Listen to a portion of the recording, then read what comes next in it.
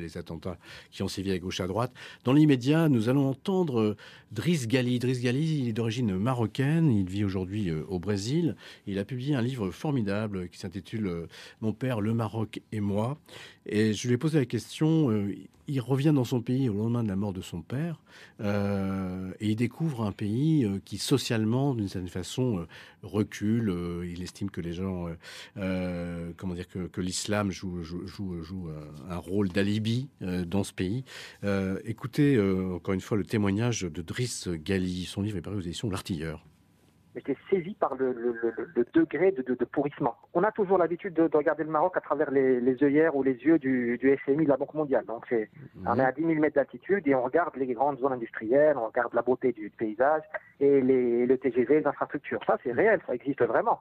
Et le problème, c'est que le PIB dans un pays comme le Maroc ne signifie pas grand-chose parce qu'une grande partie de la population vit en dehors de l'économie formelle. Et ce qui se passe au Maroc depuis une dizaine d'années, c'est le retour du peuple. Le retour du peuple, du vrai peuple. Alors, c'est pas très joli, c'est pas beau, mais c'est la réalité. Disons que on se retrouve avec des phénomènes d'affaiblissement de l'autorité de l'État.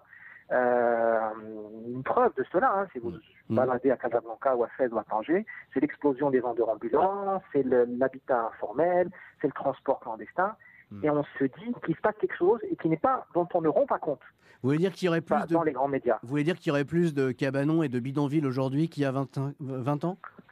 Non, peut-être pas. C'est difficile de parler sans les chiffres, mais il est très certain qu'il y a 20 ans, on avait besoin d'un policier pour s'occuper d'un souk.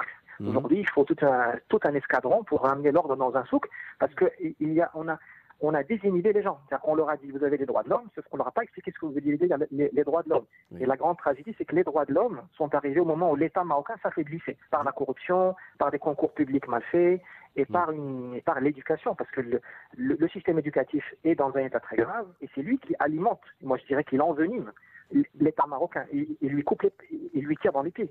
Et on se retrouve aujourd'hui avec un État qui est un peu difforme. Quand on regarde vraiment l'État marocain aujourd'hui, il y a la police, les forces de sécurité, la diplomatie et d'autres éléments comme le ministère de l'Industrie qui fonctionnent très bien.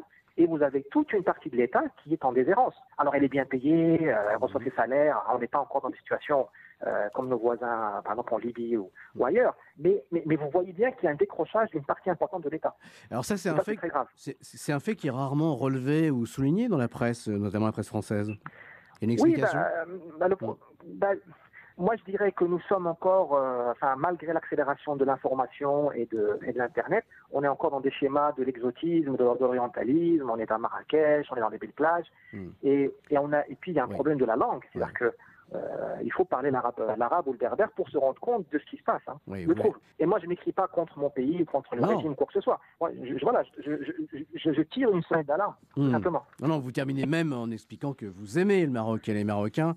Mais ce qui est étonnant, c'est encore une fois la distance que vous avez pu prendre pour nous donner cette lecture critique. Je reviens par exemple sur, je vous cite là, la page 50, vous évoquez évidemment toutes les formalités qu'on exige de vous à l'occasion de ces funérailles. On va y revenir dans un instant. Vous dites, le monde a peur de l'islam, moi non. Au Maroc, du moins, l'islam est faible. Ses préceptes moraux, réputés tranchants et sans appel, sont bafoués à chaque coin de rue. On triche, on arnaque, on vole, on se parjure en évoquant le nom de Dieu et de son prophète. Nous avons quelque chose des bandits latino-américains qui font le signe de la croix avant de commettre un meurtre sur commande. Si l'islam était puissant, les villes seraient sûres, les commissariats déserts et les juges au chômage, car le respect des règles morales suffirait à polisser les relations entre les personnes. Et vous ajoutez un peu plus loin, ce n'est pas l'islam qui nous domine, c'est nous qui le dominons. Nous l'avons pris en otage depuis longtemps et en faisant un masque tantôt aimable, tantôt effrayant. C'est la première fois que je lis ça, Driss Ghali. Donc vous sous-entendez que cet islam, encore une fois, c'est un habillage, il est de façade, il est superficiel, il est public, mais dans les comportements privés des uns et des autres, ça se passe autrement. Ah oui, Gabriel Garcia Marquez disait que nous avons chacun une vie publique, une vie privée, une vie secrète. Eh bien, ça se trouve, ça correspond bien à ça. Disons qu'il y a une guerre sociale de basse intensité qui est menée au Maroc, la guerre de tout le monde contre tout le monde, des riches contre les pauvres, entre les riches, entre les pauvres, entre les hommes et les femmes, entre les profs et les élèves, entre administration et le peuple, parce que quand on corrompt un fonctionnaire, on donne un coup de poignard à l'État, on limite la loi. Quand on corrompt un flic ou on corrompt un professeur ou un gardien des eaux et forêts, c'est une attaque frontale contre l'État.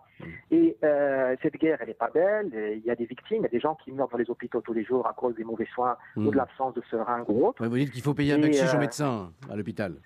Alors, ce qui m'écorche la bouche et ce qui me peine, c'est que ça se passe dans le public. À la limite, nous avons été suffisamment habitués, on a été désinhibés par rapport à la corruption, on l'accepte. Maintenant, même dans le privé, avec des professeurs formés en France ou aux États-Unis, ils vous demandent non seulement un bacchiche, mais en plus de ne pas déclarer les soins. Oui. Vous allez faire une opération qui coûte 2 000 €, il va vous donner une facture pour 1 000 €. Oui, pour éviter d'être fiscalisé. Pour défiscaliser. Alors on se dit, même nous, notre tolérance qui est très élevée par rapport à la corruption, là, moi je l'ai pas qui m'en tombe. Alors, vous montrez aussi comment l'islam pénètre évidemment les mœurs, les usages, notamment cette fameuse histoire des 12 hommes qu'il s'agit de réunir autour de soi, présidés par un notaire, donc l'adoul. Vous dites, ils doivent certifier que vous êtes bien le fils de votre père, et vous relevez parmi ces gens-là donc un ami dont vous dites qu'il est retraité de la police et qui vous explique comment les associations caritatives finalement financent, parce que quand même c'est 120 €, et 120 € au Maroc, j'imagine que c'est une somme. Ouais, c'est de l'argent. Le salaire minimum, il est aux alentours de 200, 250 €. Il y a des gens qui gagnent le salaire minimum au moins. Donc c'est une vraie mesure.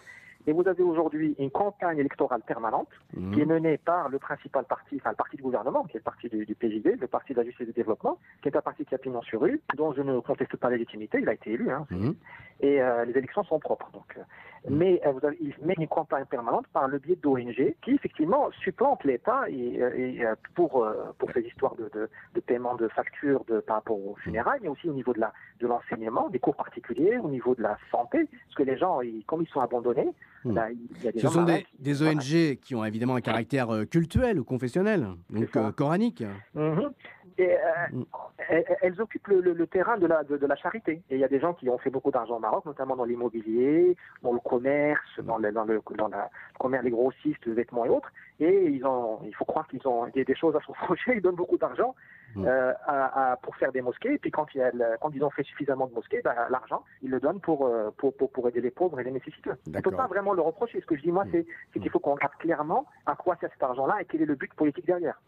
Alors vous dites à la fin de votre livre, donc encore une fois, que vous avez une tendresse sans limite pour les Marocains, vous regrettez le fait qu'il y avait une génération formidable dans les années 50 qui n'a pas saisi l'occasion, dites-vous, de réconcilier le Maroc avec le sérieux. Le sérieux, c'est un peu votre religion, Driss Ghali, le sérieux. Effectivement.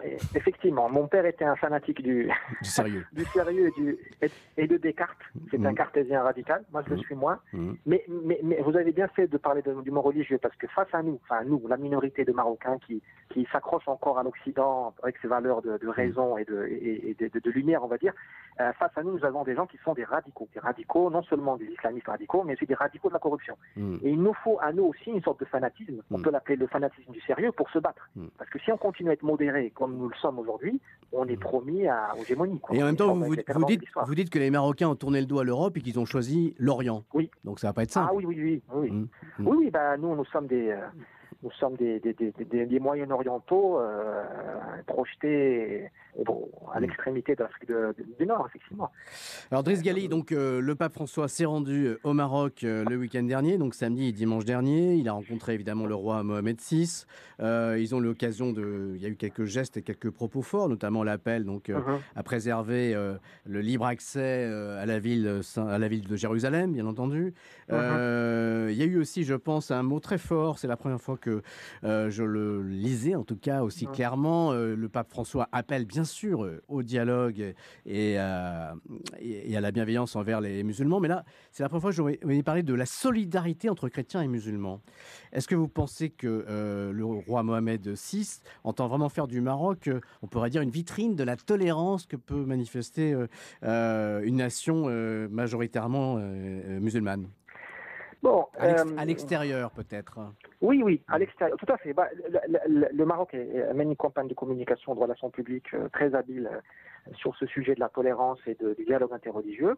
C'est largement mérité, les lauriers sont largement mérités, puisque la preuve, dimanche dernier, 10 000 catholiques étaient rassemblés pour voir le pape. C'est impossible dans un autre pays musulman, impossible. Oui. Ça, c'était une première. Voilà, donc, tout à fait. Donc, il y a quand même une tolérance, un certain degré de liberté. Maintenant, le problème, c'est que le Maroc lui-même est coincé, parce que nous sommes soumis aux sirènes du wahhabisme, parce que ceux qui ont l'argent, c'est les Saoudiens, c'est les gens du Moyen-Orient, et nous avons besoin de cet argent-là pour les investissements, pour acheter des armes, parce que nous sommes en guerre au Sahara, nous l'oublions souvent, mais le Maroc a un grand problème au Sahara, et la communauté internationale devrait nous aider à régler ce problème-là. Il y a un problème avec l'Algérie, indirectement, donc. Oui, tout à fait. Vous pensez qu'il y a plus de tolérance au Maroc qu'en Algérie à propos de la liberté religieuse? Je pense que oui, parce qu'en fait, les Marocains, nous sommes des gens qui sont, disons, qui sont décomplexés par rapport à ces choses-là. Nous sommes un pays suffisamment ancien, avec 1000 ans d'histoire. Nous n'avons pas ce complexe-là, nous avons d'autres complexes, mais pas celui-là. Maintenant, il y a des limites. Et c'est là où, si on veut vraiment regarder les choses avec une loupe, il y a vraiment des limites. C'est-à-dire qu'au Maroc, les catholiques, les chrétiens, les juifs sont respectés, mais il y a des limites, par exemple, au niveau du droit. C'est-à-dire que c'est très difficile pour un catholique aujourd'hui de se marier avec une musulmane. Vous voyez, c'est ces limites-là, parce que nous n'avons pas une loi civile, nous avons une loi religieuse. Chez nous, le mariage, par exemple, est un mariage religieux. Et donc, donc il y a une priorité, un avantage est donné aux musulmans de manière systématique. Mais bon, est-ce que c'est le rôle du pape et du roi Mohamed VI de regarder ces choses-là en détail? Non. Mais nous, les simples mortels, on vit dans ce monde-là.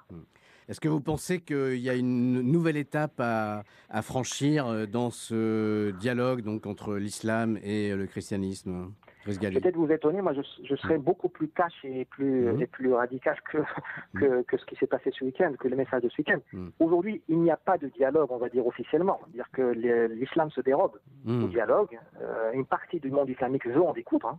Le 11 septembre, les mois de Tibérine, les attentats en France, il y a une partie qui veut en découdre. Alors quand on nous parle de dialogue, il faut bien que les deux parties veulent bien dialoguer. Voilà, c'est toute la question, ce propos donc de Driss Ghali, l'auteur de Mon père, le Maroc et moi, donc un ouvrage paru aux éditions L'Artilleur, 224 pages, 15 €, un livre formidable. Aymeric Pourbet.